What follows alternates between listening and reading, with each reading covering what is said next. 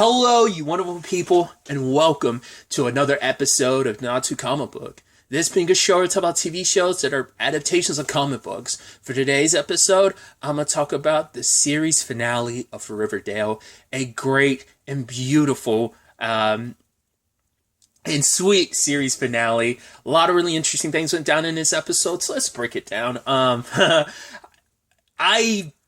I've had that, I haven't shed tears, but the entire episode I'm on a cusp of it. I knew this episode was going to kind of break my heart, and it did, and tears are even welling right now. I don't care when you can laugh at me or whatever, getting all sentimental about a show, but it's like, it is a very beautiful send-off. It kind of feels like what I said it would, that last episode felt more like the final chapter. This felt like an epilogue in so many different ways, and in so many, I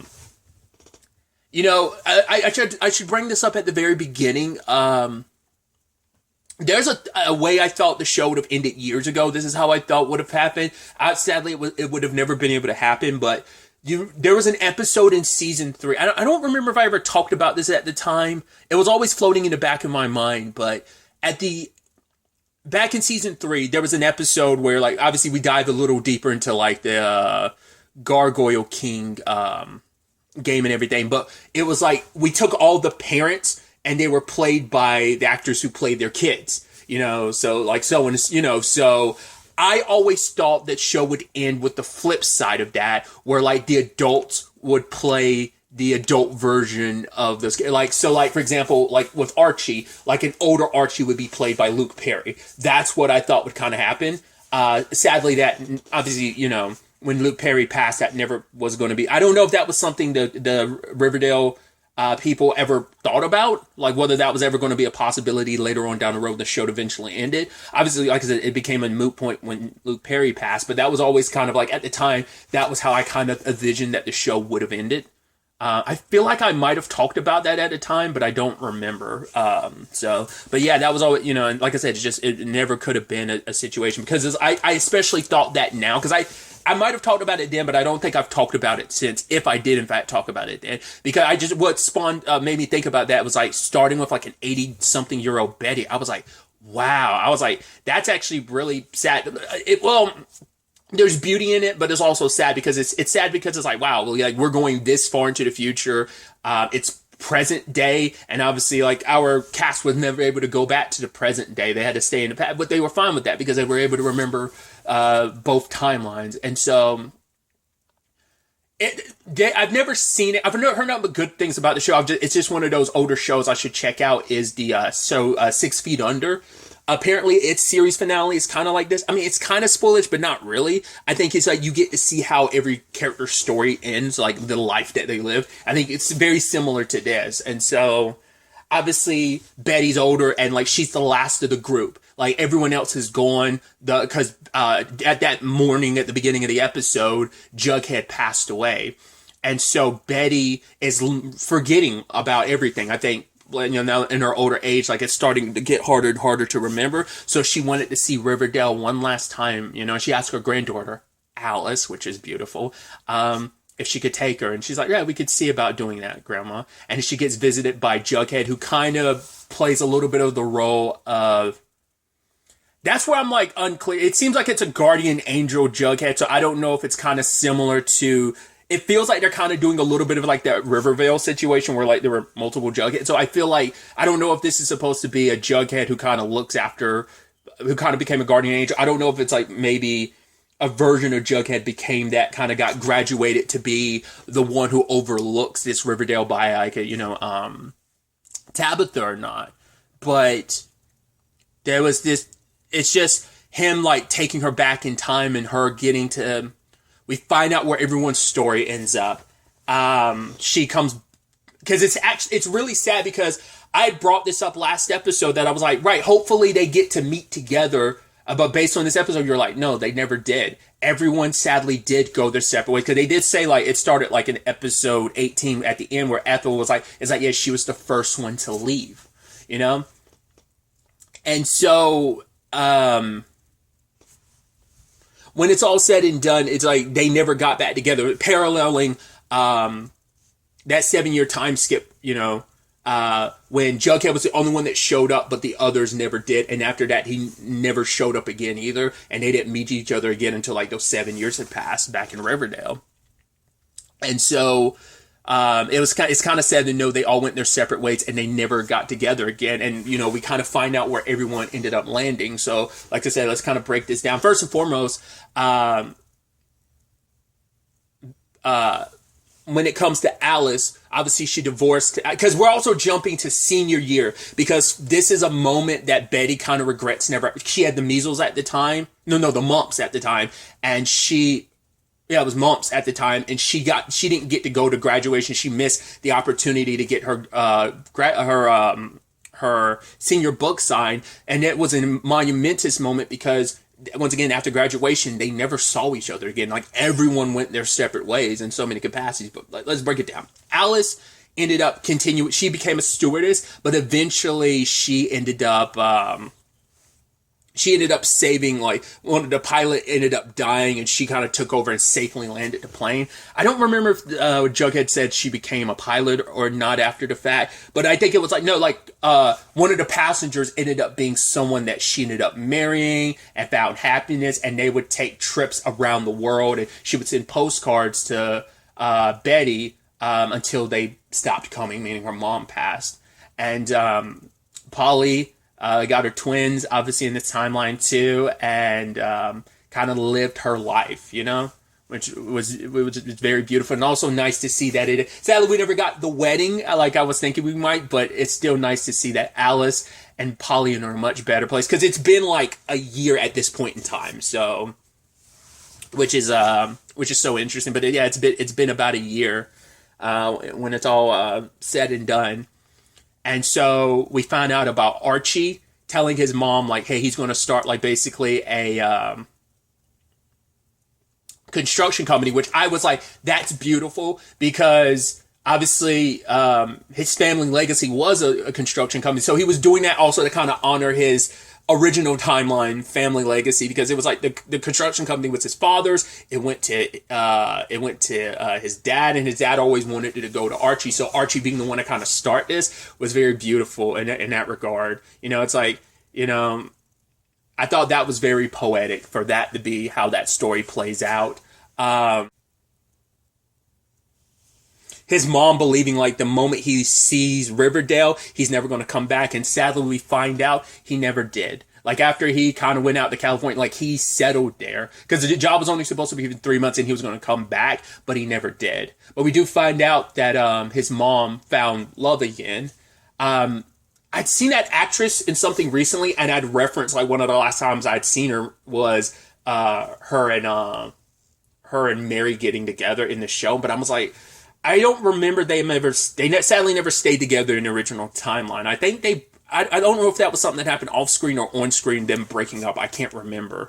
But it's like, it's nice, you know, it's like, right, she bought the shop that she worked at and met her, and they spend their lives together, and, you know, passed away. Like, I think she passed away first, and then her new love passed away after her, I believe. I can't remember, but kind of lived a nice and peaceful life. There's not all happiness. There is, like, a lot of sadness. Like, we find out Julian was always kind of like the lost soul. He joined the military and ended up dying at 28 in Vietnam. Fangs sadly died, like, 4 weeks into his tour or something like that. Because he was going to go on, like, this big tour and stuff like that. And Midge had their daughter, and because of his music, he was able to, like, you know, his family was always taken care of, which I think that was their way to kind of flip the whole, once again, in the original timeline, Fangs lived, I mean, obviously I don't think they ever got together. Like, who was Midge with? It was Moose she was with.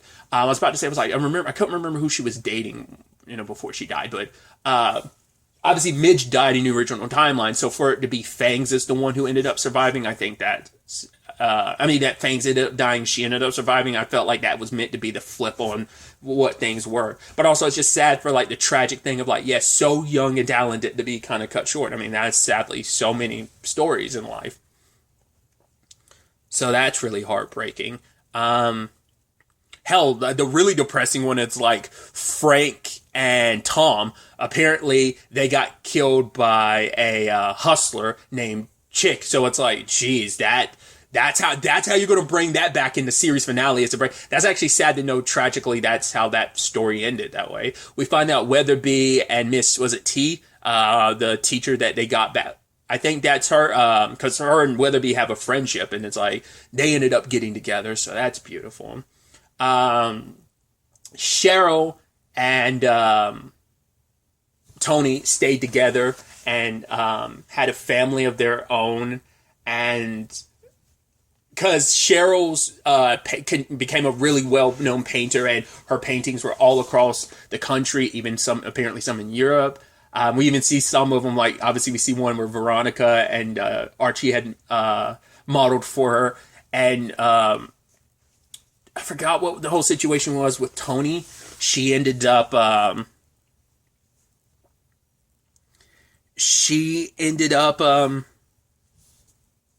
continuing being that. It wasn't just her, like both her and Cheryl spent their life being the activist that they've always been, and Tony continued to be. So I thought that was beautiful, and they lived a happy life together.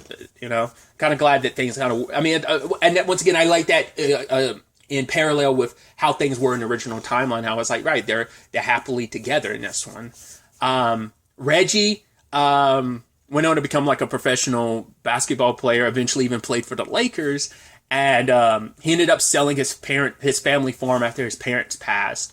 But he came back to coach Riverdale High, where his twins were at one point. He found someone settled down. And in fact, they actually currently run the car dealership or whatever in the family. So I'm like, I think Reggie probably made that happen this time around, because I love basketball, but I also want to pay homage to the original timeline where my dad ran a car dealership, so it's almost like continuing that legacy in that capacity. Also, they didn't really touch on it too much, but I do believe, like, obviously Reggie had a much better relationship with his dad in this timeline, you know, considering everything.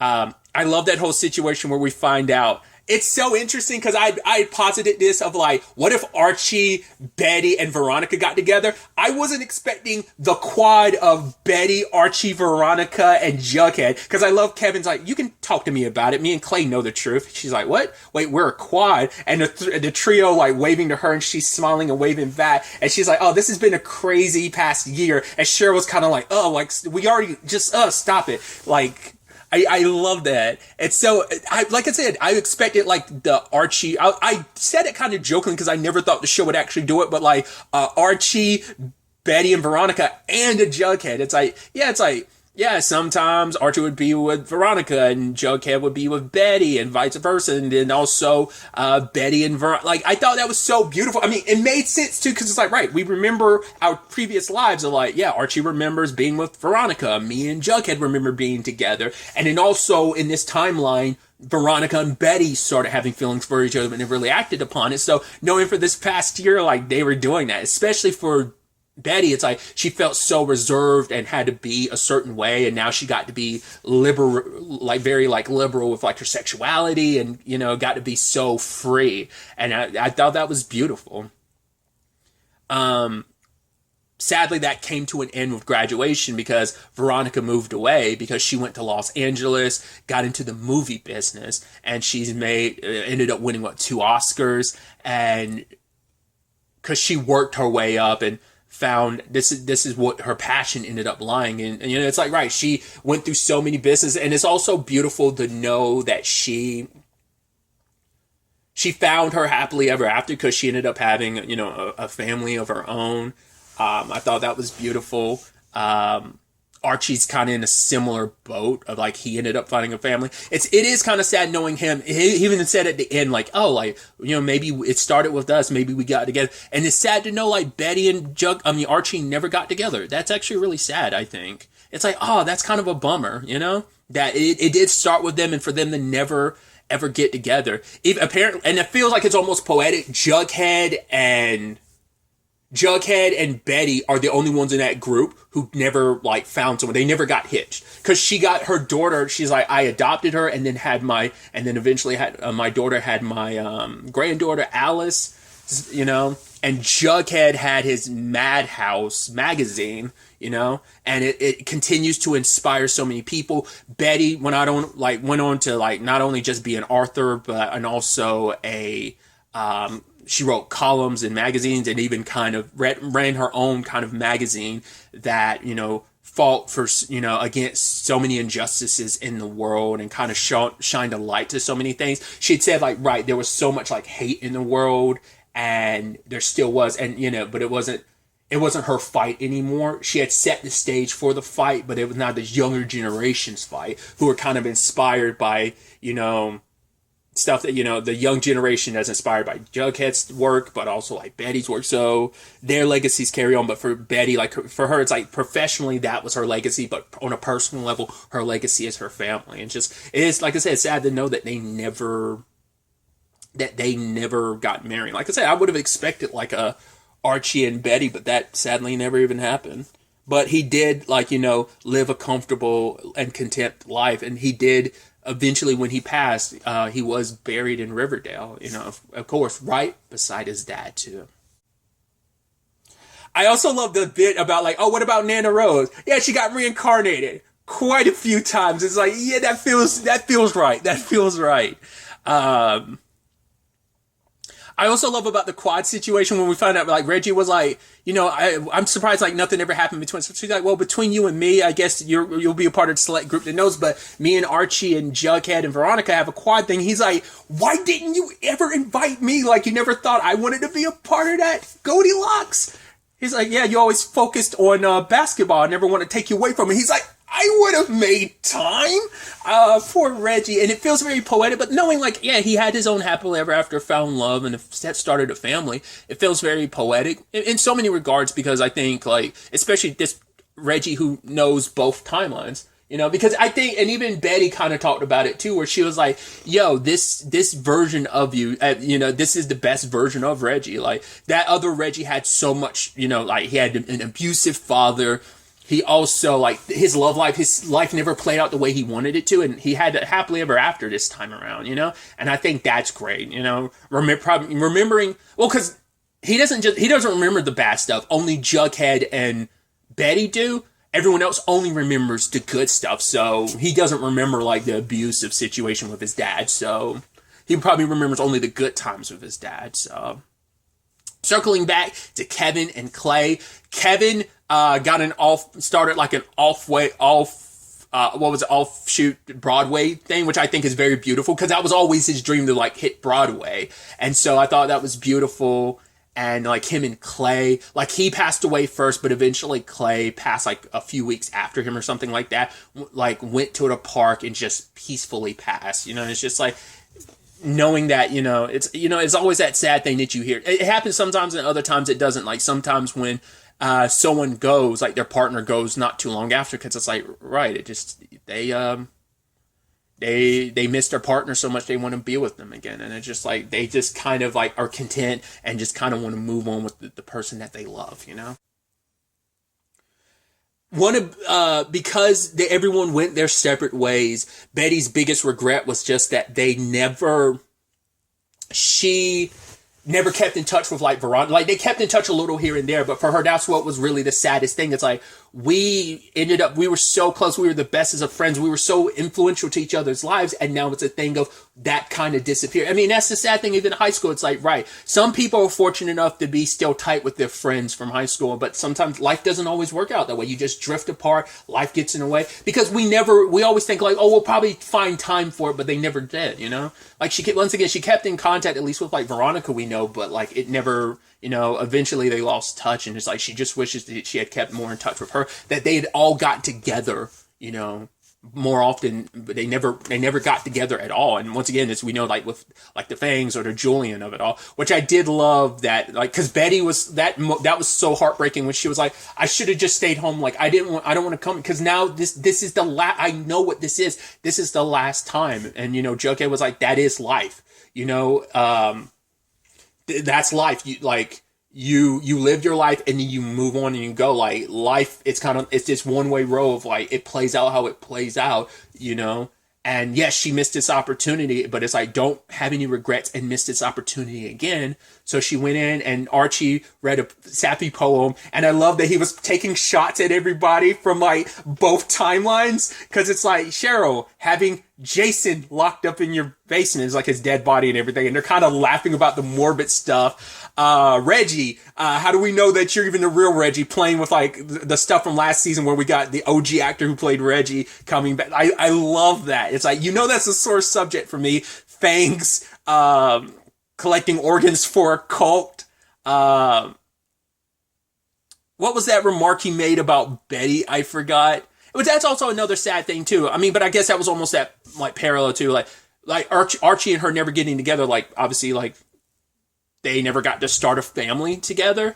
And so for like, Betty to eventually become a mom, but like not her and Archie as a family, it's kind of sad, but it's like, yeah, she still got to be a mom this time around in this timeline, which before she didn't get that chance.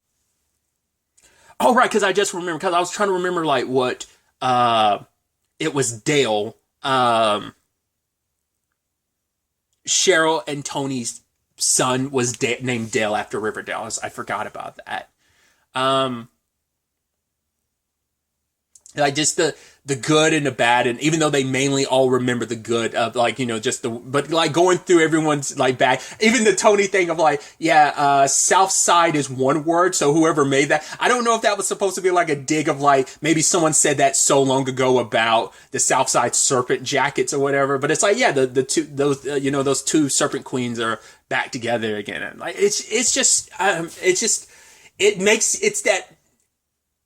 it's a nostalgic time for them, but also as an audience member who's watched the show since the beginning, it's extremely nostalgic to be bringing all this baggage up. Some stuff from like last season, some stuff from like previous seasons. It's all good, but it was just them together one last time, and it being the last time they were together. And we find out about Pop Tate, which is heartbreaking. He died like a couple months, like because they say he died at the beginning of senior year, which is so sad because we know that he, obviously, it's like, he, like, in a time skip, like, he lived 7 years after their graduation, so it's kind of sad to know, like, and, it's sad to know, like, oh, he never, because it's sad to know that he never, that he just died and especially for them, it's like, like, Pops is such a staple, and, it always has been, and so for him to be gone is just, that sucked. But it's like, and Betty even said like, oh, what do you think happens when we go? Which I was like, interesting you would ask Jughead that because he would know better than anyone, because wasn't Jughead he wasn't, was he? I can't remember if he was one of the ones, like, because I remember there was a group last season that, was he the one that went, no, because he was the one that went into the suite after to get everyone. So some of that group has experience with dying and coming back, so they know personally. But I'm like, I can't remember. I think Jughead had to die to go to the suite hereafter to bring everyone back last season. I believe that ended up being on him. I can't remember now. But he was like, I believe like Pop Tate is probably still out there helping like put a smile on people's faces, doing what he's loved. Like I'm sure he's still out there doing that.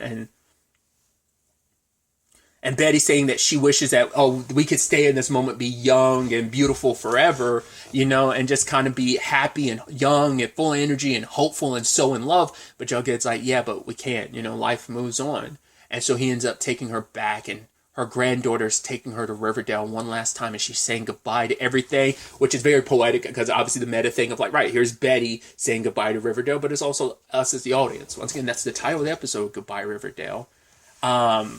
I don't know like what Riverdale ended up becoming after the fact, because it seemed like Pop's place, like I guess like eventually everyone moved away from Riverdale. Like who knows like who really lives there? I mean maybe some of the kids still do, like Reggie's kids who like run the dealerships, like stuff like that. I don't know, but it's like from what they didn't show like Riverdale still being lived in type of situation, but maybe they still were, but just kind of their goodbyes to it, and for Betty to pass away in the back seat, and for her to show up in the suite hereafter, and lo and behold, who opens the door? Jason. I was like, that's beautiful, and walks in, and there's everybody, and it's like, I'm glad that they get to all be reunited, and even Jughead at the end saying like, right, this is we'll let them have this, kind of stuck in this pocket place where they get to be, so full of hope, like talking about who they're dating and, oh, we're just coming from like a dance or something, kind of being stuck in this beautiful time forever. That's kind of like it is a heaven, a version of heaven. And I just thought that was beautiful. Like I said, that Jughead at the end, like whether that's like a Guardian Angel Jughead, whether it's kind of more like almost like a Riverdale Jughead, whatever the case may be. And even kind of saying like, right, if you ever see Pops, like if you ever come across this sign, kind of step on in, you'll find this place of acceptance and being surrounded with so much fun and joy and smiles. And it's beautiful. And I love that, And it's that thing of like, it's beautiful, but it's also heartbreaking and sad because it's depressing, because it's like, but like I say, like for you to run the gamut of everyone's lives to find out the good and the bad about where people ended up. But here they are, because they even talked about it, Jughead, Archie, and Veronica and Betty, of, Jughead's like, if I honestly, like, being able to go through high school twice, he's like, which we did, he's like, honestly, I wouldn't change a thing. Like, they got to live 2 different lifetimes, and it's beautiful. And they didn't have the darkness. I mean, there's still like the sad aspect of like, yes, life is the way it is, and some lives like a Fangs or a Tom and Frank. I mean, or Julian is cut short, but for them to kind of be together at the end is picturesque and beautiful, and I think it's a great way for the show to end.